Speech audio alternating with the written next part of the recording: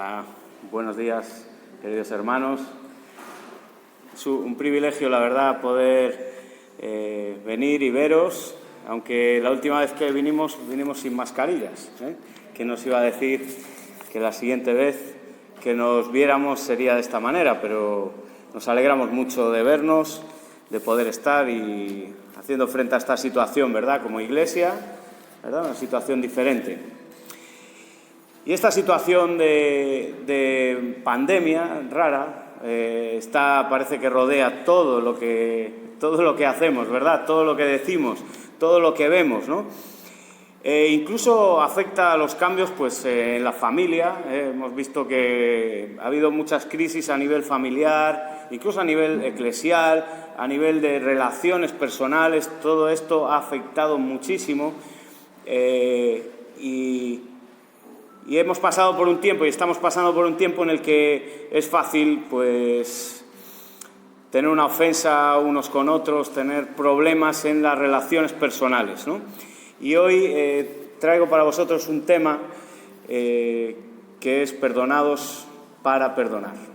Hemos sido perdonados para perdonar. Y me gustaría que me acompañarais en Efesios, esta lectura que hemos hecho, y nos vamos a centrar en los últimos versículos, ¿vale? Efesios es una carta circular, es una carta que, aunque en principio Pablo la escribe a Éfeso, a la iglesia en Éfeso, es una carta que circulaba por todas las iglesias a nivel doctrinal. Se han encontrado esta carta en muchísimas congregaciones locales a lo largo de Europa, a lo largo de Occidente. Y Efesios es una carta de 6 capítulos en los que los 3 primeros, el primero, segundo y tercero, son capítulos doctrinales, de la base de lo que debemos hacer como iglesia. Y los 3 últimos, digamos que hace un paréntesis ahí Pablo y nos explica cómo poner en práctica todo esto que hemos recibido de nuestra nueva vida en Cristo, ¿no? Y me gustaría hacer un poco, para entrar en el contexto, todos estos versículos tan densos que hemos leído hace un momento, para entrar un poco en el concepto mental antes de ir al versículo 31 y 32, que son los que vamos a meditar, ¿no? En los versículos 17 y 19, como hemos leído, ¿verdad? Nos está exhortando a que ya no vivimos como en el mundo. Nuestro andar como creyentes ya no es igual que el mundo. Nos está diciendo que el mundo pues tiene vanidad en su mente, ¿verdad? Le hablas de Dios ajenos a Dios, sin ningún sentido espiritual. Las personas no creyentes tienen las mentes vacías en cuanto a esto, ¿no? Y es lo que nos está diciendo, ¿no? Apáticos, buscando su propio yo. En los versículos 20 dice, mas vosotros no habéis aprendido así, ¿verdad? Nosotros no hemos aprendido así en la palabra del Señor, ni hemos visto esto en Cristo, sino que nosotros, como creyentes, tenemos otro andar, ¿verdad? Si en verdad le hemos oído, si en verdad somos creyentes, versículo 21, nos está exhortando a que vivamos de otra manera, a que nuestro estilo de vida sea diferente al mundo.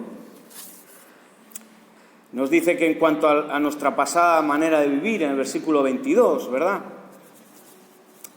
Nos dice que nos despojemos de ese viejo hombre, de eso, que nos despojemos, que nos sigamos despojando.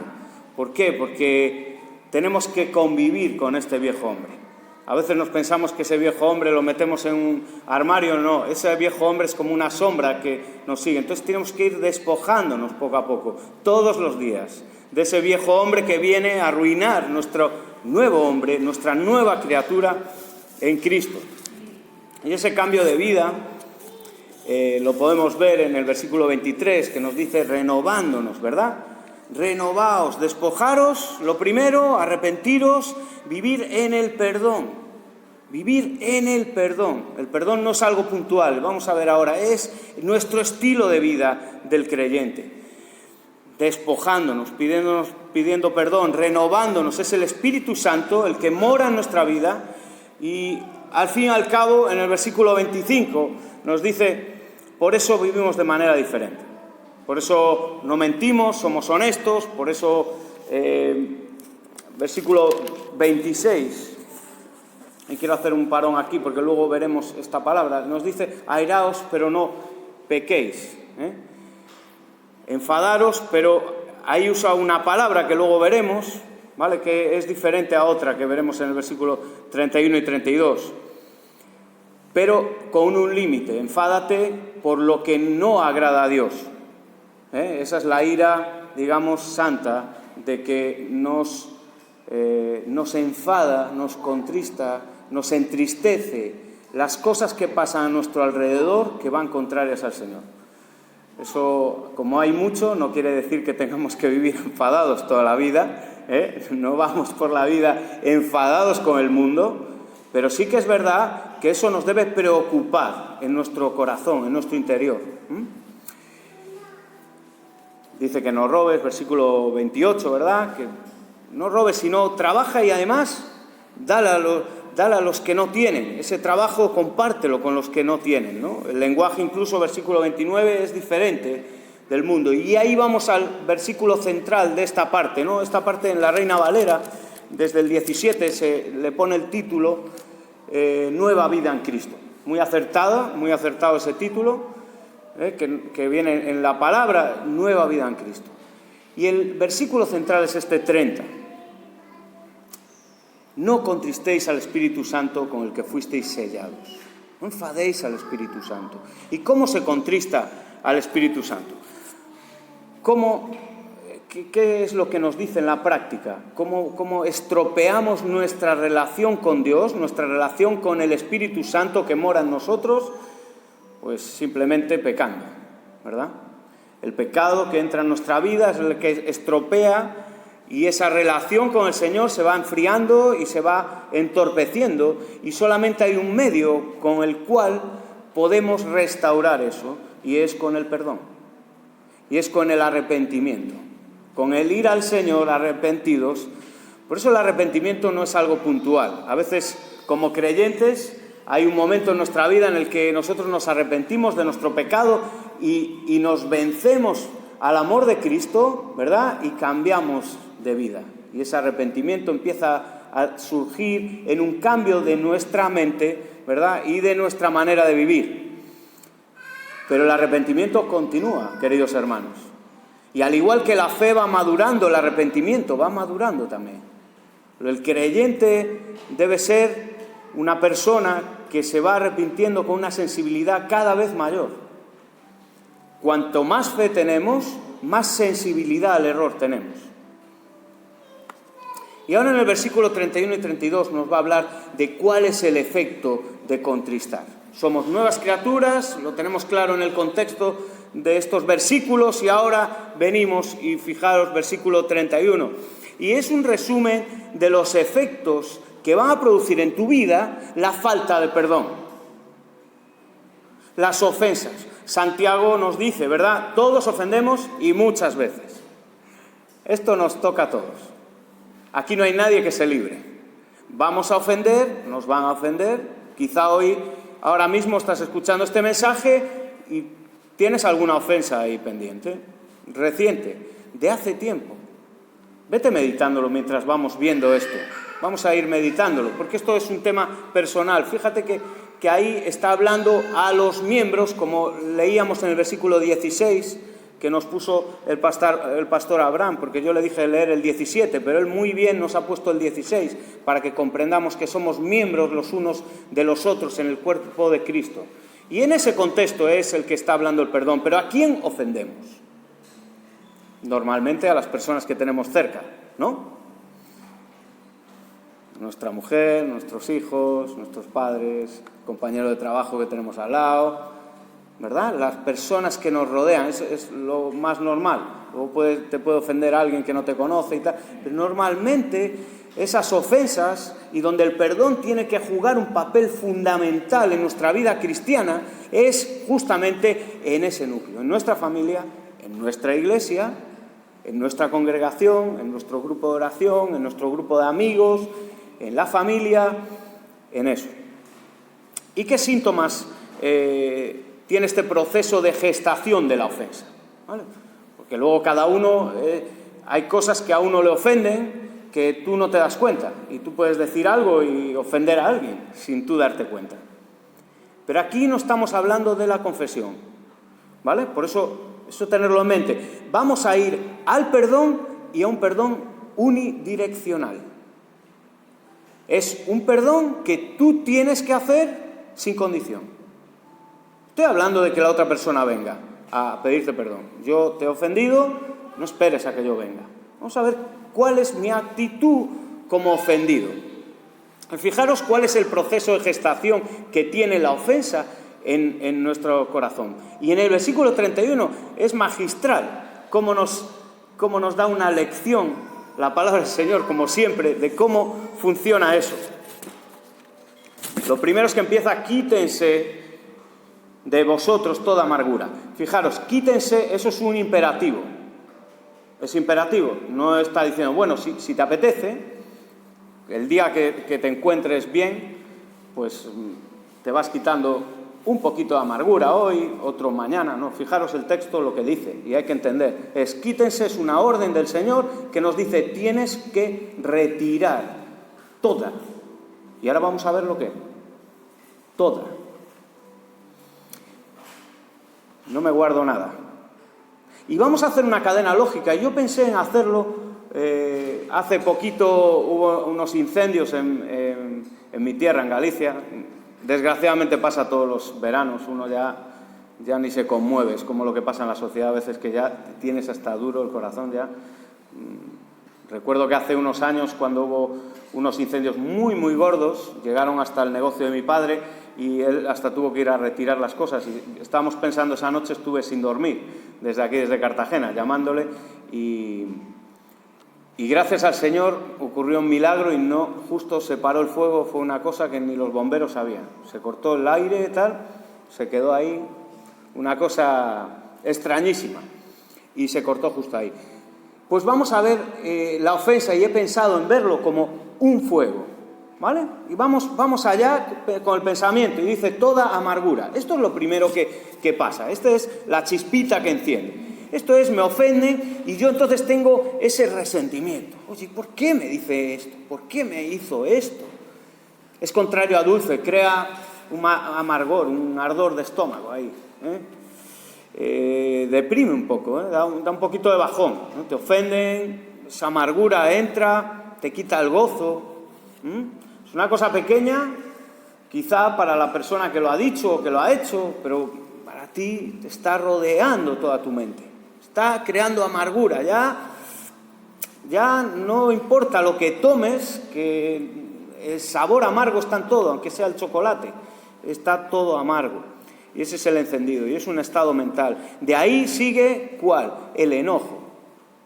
De ahí ya me enfado, ya. Pero bueno, ¿tú crees que esta persona, oye, decirme esto, y los pensamientos van en aumento, ¿no? Y ya mi cara ya se transforma. Y ya estoy enojado, estoy enfadado, ya no comprendo, ya esto empieza a subir. Y esto ya se enciende la llama, ya el arbolito ya está en llamas en el bosque. Y después dice toda ira. Es interesante, la palabra ira aquí es blasfemia en griego. Es blasfemia. Es que ya sobrepaso el poner verde a una persona, el insultar. Estoy blasfemando. Estoy deseando la maldición sobre esa persona.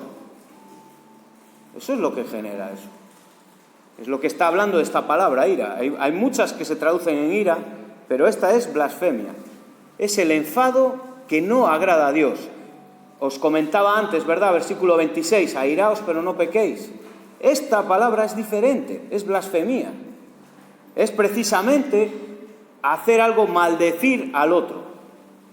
Y ahí ya tenemos el fuego, queridos hermanos. Y aquí en este momento, con el árbol quemando, las personas que nos rodean son muy importantes. Aquí cuando ya hay ira, ese enfado ya se empieza a notar. Ahí ya no se esconde. Porque la amargura, el enojo, ¿qué te pasa? Nada, ya está. Pero la ira ya sobrepasa y ya se nota. Y a ti te pasa algo. Y esto tal, y el otro, ¿por qué no? Y empieza eso. Entonces, las personas que rodean tenemos un papel fundamental para apagar la hoguera ahí en ese momento. Si apagamos el arbolito, pues tendremos el arbolito negro, pero no tendremos el bosque, que tarda años y años en regenerarse. Así es la falta de perdón también en nuestra vida. Cuanto más dejemos que esta cadena que nos dice el Señor continúe, más tiempo vamos a necesitar para regenerar el bosque de nuestro perdón. ¿Y eso qué nos lleva? Si ahí sobrepasa eso, gritería, nos dice. Ya es un descontrol de la boca, del tono. Empiezo a insultar, es una violencia quizá verbal. Ya esta ofensa voy directamente sin pensar, descontrolado total. Y ya termina en la quinta, maledicencia nos dice, ¿vale? Que se propaga el fuego, ya está el fuego en el bosque. Incluso nos dice, y termina con la sexta, que nos dice toda malicia. Y esta palabra en griego es toda clase y raíz de mal. Todo lo malo puede pasar. Violencia verbal, violencia física, revancha, venganza, todo lo malo que puede pasar. Este me ha hecho, esto lo va a pagar. Esto voy a vengarme. Esto yo voy a hacer yo la justicia, la voy a hacer yo de mi mano. Y ahí se quema todo el bosque. Pero nos dice versículo 32, nos dice, y imperativo la palabra del Señor, antes de esto, os ordeno, sed benignos, unos con otros, sed misericordiosos, y 3, perdonándoos unos a otros. Como Dios, fijaros lo que dice, en Colosenses 3:13 nos dice como Cristo os perdonó. Colosenses y Efesios son dos libros que van muy paralelos, ¿verdad? Y nos dice perdonar, pero es que aquí en Efesios nos dice como Dios te perdonó en Cristo. Fijaros Dios Padre, y ahora vamos a ver la figura bíblica que nos está diciendo aquí. Como Dios Padre te perdonó en Cristo. Entonces, claro, aquí está el papelón que tengo esta mañana. Y es de cómo en unos minutos, que no quiero extenderme, cómo explicaros hasta dónde llega el perdón de Dios en Cristo Jesús. De esa manera yo tengo que perdonar al que me ofende. Dice antes bien ser benignos. ¿Qué es benignos? Ser bondadosos, amables. Me ofenden y tengo una palabra de cortesía, de humildad, difícil, ¿no? De callarse. Y estamos hablando aquí no de un sentimiento, sino de una decisión. Con este tema del perdón y del arrepentimiento hay una confusión, a veces, hay una confusión que puede desvirtuar lo que significa perdón, confesión y arrepentimiento. Y es que no es un sentimiento. Genera sentimientos, sí, pero no es. Yo es que me sentí, por eso me arrepiento y te pido perdón. No, los sentimientos son generados por una falta de perdón, generados por una ofensa, generados por lo que tú has conocido, pero el arrepentimiento verdadero es una decisión que uno toma. La confesión es una decisión que uno toma de ir y confesar su pecado. No es un sentimiento de confesión, bueno, venga, voy a pedir perdón, venga niño, como le digo yo a mi hijo, a ver, vete y perdona, que no tiene ni idea de lo que es, como un bebé. Vale, ve, sí, perdón, se va, no tiene ni idea. ¿Eso qué es? Eso no vale de nada. Estamos hablando de una decisión madura. Y dice siendo misericordiosos, la segunda, que es el aspecto compasivo. En esta mañana, yo, como hemos llegado unos minutos tarde, yo no sé si Abraham os dijo algo de que hoy íbamos a hablar del perdón. Sí. No. Bueno, pues no lo sabía, porque como llegué un poquito tarde, digo yo igual, porque si os fijáis, queridos hermanos, el Espíritu Santo nos ha movido. Yo, como tengo este tema y lo sabía, Hoy hemos orado acerca del perdón, hoy hemos pedido perdón al Señor. No sé si os habéis fijado, igual, si ahora echáis la mente atrás, en las oraciones, el Espíritu Santo nos está moviendo a este tema, queridos hermanos. Cuando pasa algo así, eso no es de nosotros. Así que tenemos que tomar nota, perdonándonos unos a otros como Cristo nos perdonó. Y aquí hay dos facetas interesantes. Una, nos está hablando de ese perdón horizontal, ¿verdad? Como Cristo nos perdonó, ¿verdad? De manera vertical, para cortar esa ofensa que nosotros tenemos. Y es interesante porque aquí la palabra perdonándoos unos a otros, en griego sería la traducción, voy a leerlo, sería aplicando la gracia perdonadora con los demás. Eso sería literalmente. Que no es perdonar simplemente una ofensa, sino aplicar una gracia que restaura todo, que vuelve a poner todo en su lugar de origen. Que coge los trozos del jarrón y los vuelve a poner y está exactamente igual el jarrón que antes de romperse. Perfectamente sellado, perfectamente cerrado. Ese es un perdón que requiere una madurez espiritual. Si quieres medir, muchas veces se dice, oye, ¿cuán maduro? Quiero madurar, parecerme más a Cristo. Fíjate, el medidor ideal, ¿cómo perdonas? ¿Cómo está el perdón en tu vida? ¿Cómo está el perdón con relación con el Señor, de tu vida personal? ¿Y cómo está nuestra relación? ¿Cómo está nuestro perdón? ¿Y cómo lo aplicamos a las personas que nos rodean? Esa gracia perdonadora. Queridos hermanos, si hay algo que caracteriza a nuestro precioso Salvador, es el perdón.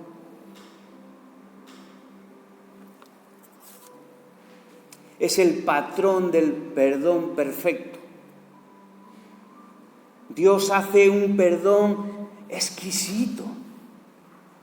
Dios hace un perdón perfecto. Efesios 1, 5 al 7, en este mismo libro. En amor, habiéndonos predestinado para ser adoptados hijos suyos por medio de Jesucristo, según el puro afecto de su voluntad. ¿Para qué? Para alabanza de la gloria de su gracia, con la cual nos hizo aceptos en el amado, en el Padre, en quien tenemos redención por su sangre, el perdón de pecados, queridos hermanos, según las riquezas de su gracia para con nosotros, su gracia perdonadora. Esa redención es la palabra que se usa para pagar el precio que tú mereces en la cárcel y pagar tu libertad, y queda saldada la deuda. Es un perdón perfecto, perfecto, no le falta nada, no necesitas añadir nada, no necesita ni depende de otros, es un perdón completo. Segunda de Corintios 5, 17, dice, de modo que si alguno está en Cristo, esto lo hemos leído esta mañana, si alguno está en Cristo, nueva criatura es. Las cosas viejas pasaron, he aquí todas son hechas nuevas. Y todo esto proviene de Dios, quien nos reconcilió consigo mismo por Cristo y nos dio el ministerio de la reconciliación, que Dios estaba en Cristo, fijaros esto, Dios estaba en Cristo reconciliando consigo al mundo, no tomándoles en cuenta a los hombres sus pecados. Y nos encargó a nosotros esa palabra de reconciliación. Así que, versículo 20, somos embajadores en nombre de Cristo, como si Dios rogase por medio de nosotros. Así que os rogamos en el nombre de Cristo, reconcíliate con Dios. Cristo reconcilia, es completo el perdón, reconcilia y restaura de una manera perfecta, pagando el precio en la cruz. Y fijaros en este mismo texto, el versículo 21.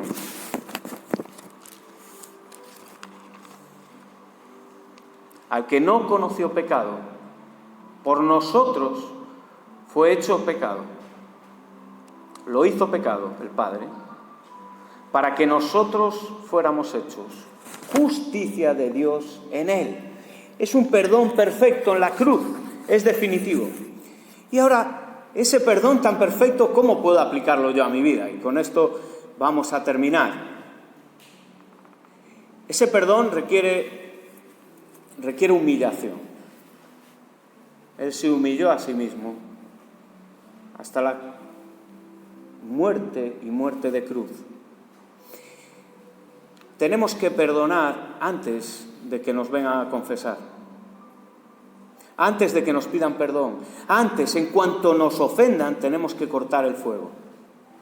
Y como dice Miqueas, ¿verdad? Él coge los pecados y los tira en un elemento muy gráfico al fondo del mar, donde ya no se pueden recoger, se olvidan esas ofensas. Quítese todo. Tenemos que perdonar todo, completo, perfecto, olvidar. Perdono, pero no olvido. Esa es nuestra manera, ¿no? De decir, no, yo perdono, pero no olvido. Eso no es el perdón. Es que Cristo estaba en la cruz, queridos hermanos, lo sabemos. A Cristo no lo crucificaron los judíos. A Cristo no lo crucificaron los romanos. Cristo se entregó en la cruz por ti y por mí, voluntariamente en su plan perfecto. Pero bueno, el Dios creador viene a esta tierra por amor a nosotros, a ti, a mí, para perdonarnos. Y como dice Cristo, ¿verdad? Cuando está con Pedro y Pedro le dice, ay, ¿cuántas veces tengo que perdonar, Señor? Y entonces él, como muy buen conocedor, los fariseos decían que perdonando 3 veces era el perdón perfecto. Para los judíos es el perdón perfecto. Y entonces Pedro dice, hasta 7 veces, el número perfecto, el doble más 1 de lo que los fariseos dicen. Y entonces Jesús, que le dice, hasta 70 veces 7. Escúchame, las que hagan falta. Es como esa expresión. Todas. Otra y otra y otra. Ese es el perdón. Y a continuación de ahí Jesús le habla de la parábola de los 2 deudores. ¿Os acordáis? ¿Verdad? ¿Os acordáis, queridos hermanos?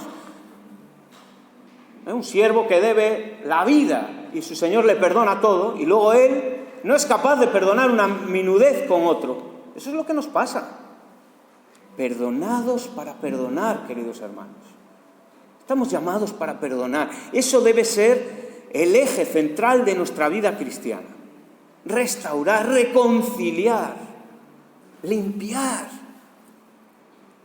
ayudar a perdonar, ser perdonadores. Porque la ofensa ata, la ofensa amarra al que te ofende. Te sientes atado a esa persona que te ha ofendido. En tu mente, en tu corazón. Por eso una de las palabras que se usa en griego es precisamente eso, es amarrar, sujetar. Y el perdón, precisamente, otra de las palabras que hay es liberar. Y le es perdonado, es liberado. Entonces, libera. El perdón te hace libre. Te libera perdonar a otros. Libera tu corazón, libera tu alma. ¿Contristamos al Espíritu Santo? Sí, lo seguiremos haciendo, desgraciadamente. Pero tenemos que ir perdonando cada vez más, cada vez mejor, como Cristo nos perdonó. Y si estás en esta mañana y todavía no has decidido rendirte a Cristo, es el momento de acogerte a ese perdón. No esperes más. ¿A qué esperas? Este mundo está perdido. Tu vida está perdida sin el Señor. Arrepiéntete. Ten un encuentro personal con tu Creador, con aquel que te amó hasta el fin. Y para los creyentes, para nosotros, reflexionemos, queridos hermanos, en esta mañana. ¿Tenemos algo pendiente con alguien, con algo? Quizá de ahora, de hace tiempo, de lo que sea, grande, pequeño, es el momento de perdonar unilateralmente, de tomar una decisión como decíamos antes, Cristo no vino con un sentimiento a morir en la cruz por ti, por un sentimiento vano, pasajero, no. Cristo vino decidido a morir por ti, por amor, porque te ama, y a perdonarte en la cruz haciendo un perdón perfecto. ¿Estamos dispuestos a hacer como nuestro Maestro? Quiero poner un vídeo como un ejemplo. No hay ejemplo como el de la cruz del Calvario. Ese es el perdón perfecto. Eso es el amor perfecto. Me emociona, lo siento, y me seguirá emocionando porque es Dios mismo, amándome tanto, siendo yo tan pecador. ¿Cómo puede ser? Es locura para los que se pierden, pero para nosotros es poder de salvación. Es maravilloso. Y quisiera poner un vídeo. El año pasado, en octubre del 19, entraron en la casa de este chico, que vais a ver el vídeo. Entró una policía y le pegó un tiro a su hermano y lo mató, por un error policial. Seguramente lo escuchasteis con todo este rollo porque además la policía era blanca, él de color, bueno, ya sabéis. Y entonces en el juicio, este chico, que son una familia cristiana, en el juicio a esta persona pasa lo que vamos a ver. Quisiera que lo pusieras cuando...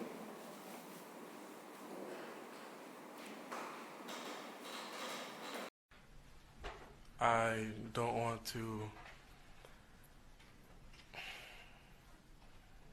say twice or for the 100th time what you've or how much you've taken from us. I think you know that. But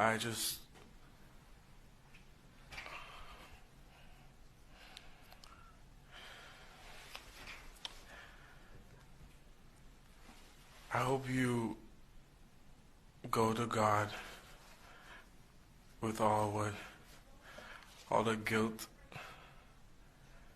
all the bad things you may have done in the past. Each and every one of us may have done something that we're not supposed to do. If you truly are sorry, I know I can speak for myself. I forgive you. And I know if you go to God and ask Him, He will forgive you.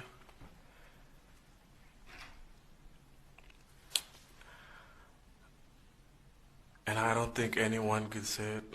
Again, I'm speaking for myself, not even behalf of my family.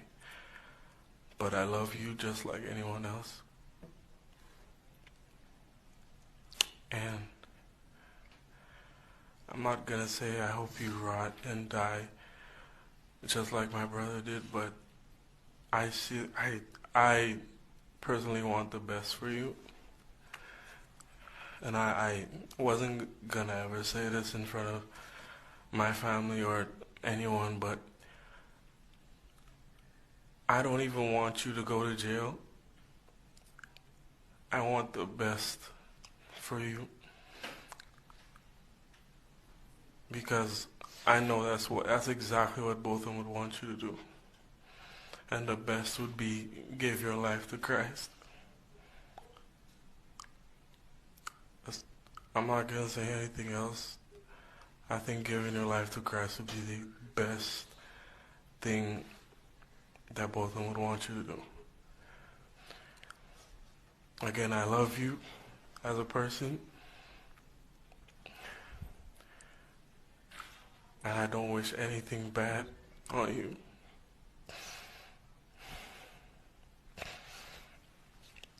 I don't know if this is possible, but can I give her a hug, please? Please?